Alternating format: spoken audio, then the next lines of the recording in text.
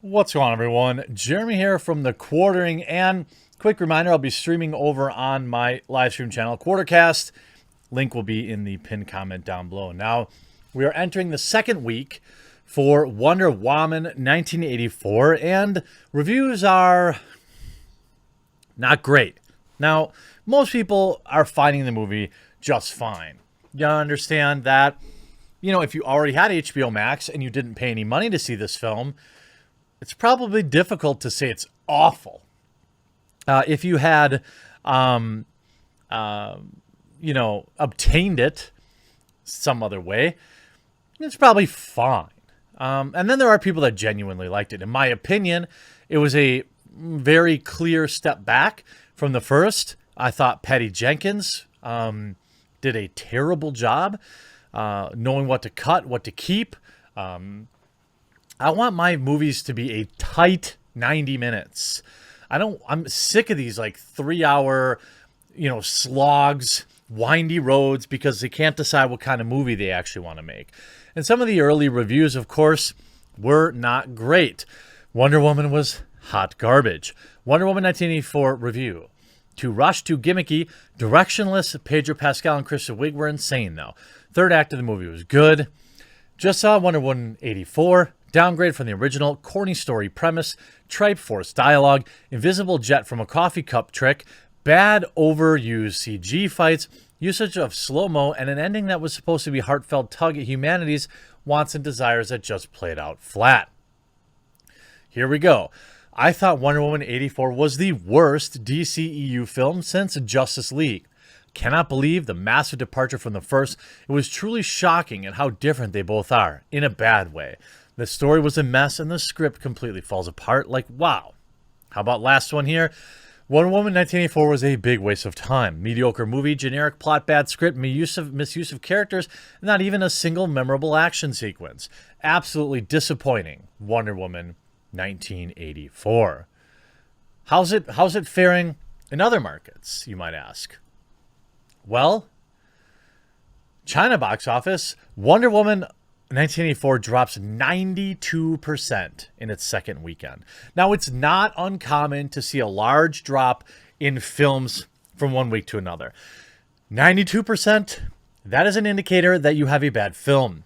Hong Kong action movie Shockwave 2 opened to 65 million, while Pixar's Soul received limited screens and opened just to 5 million, but the film is generating rave word of mouth and could climb somewhat over the next week. Hollywood tentpoles, however, fared far less well. Warner Brothers' Wonder Woman 1984 was effectively snuffed out, adding just 1.5 million in its second weekend, a 92% decline from its disappointing $18 million opening, according to data from Artisan Gateway.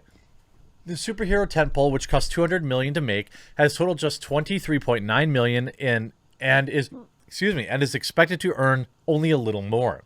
The first Wonder Woman film brought in $90 million in China. Now, these are different times, all right? I mean, I think that, you can't really compare the first Wonder Woman box office numbers to the second. That's just not fair. It might make for spicy headlines, but, ultimately, what Hollywood wants you to know is that it's stunning and brave to risk your life to see Wonder Woman, but you're literally killing grandma if you do anything else. Who braved seeing Wonder Woman 1984 in theaters amid the lockdowns? The superhero sequel debuted to 16.7 million domestically at the Christmas box office and it's the best showing since the lockdowns began, despite continued cinema closures in major markets. Usually Hollywood studios don't tout Christmas grosses for Honolulu theaters in a major way. This year, as with all things during the lockdowns, that wasn't the case. The Victoria Ward Stadium in Oahu's capital city was the number 2 grossing theater for Wonder Woman 1984, and it opened to an estimated $16.7 million domestically over 2,000 theaters. While the superhero sequel reteams director-writer now, Patty Jenkins, and star Gal Gadot, who went along with Warner Brothers' plan to announce Sunday that development of a third film is being fast-tracked, although it could be years away because of Jenkins' other commitments, namely a Star Wars movie set for the release at the end of 2023. I can't wait for that disaster. Jenkins and Gadot also have Cleopatra in development at Paramount. The number one grossing theater for Wonder Woman 1984 was a district megaplex in Salt Lake City, Utah. Florida and Texas have been a haven for indoor cinemas in recent months as the country's top 10 major movie-going markets remain off limits. I just think it's funny. I think it's funny that you braved it. But coming from the very same people that you're literally ending grandma's life if you go to church. Going to the movies is okay.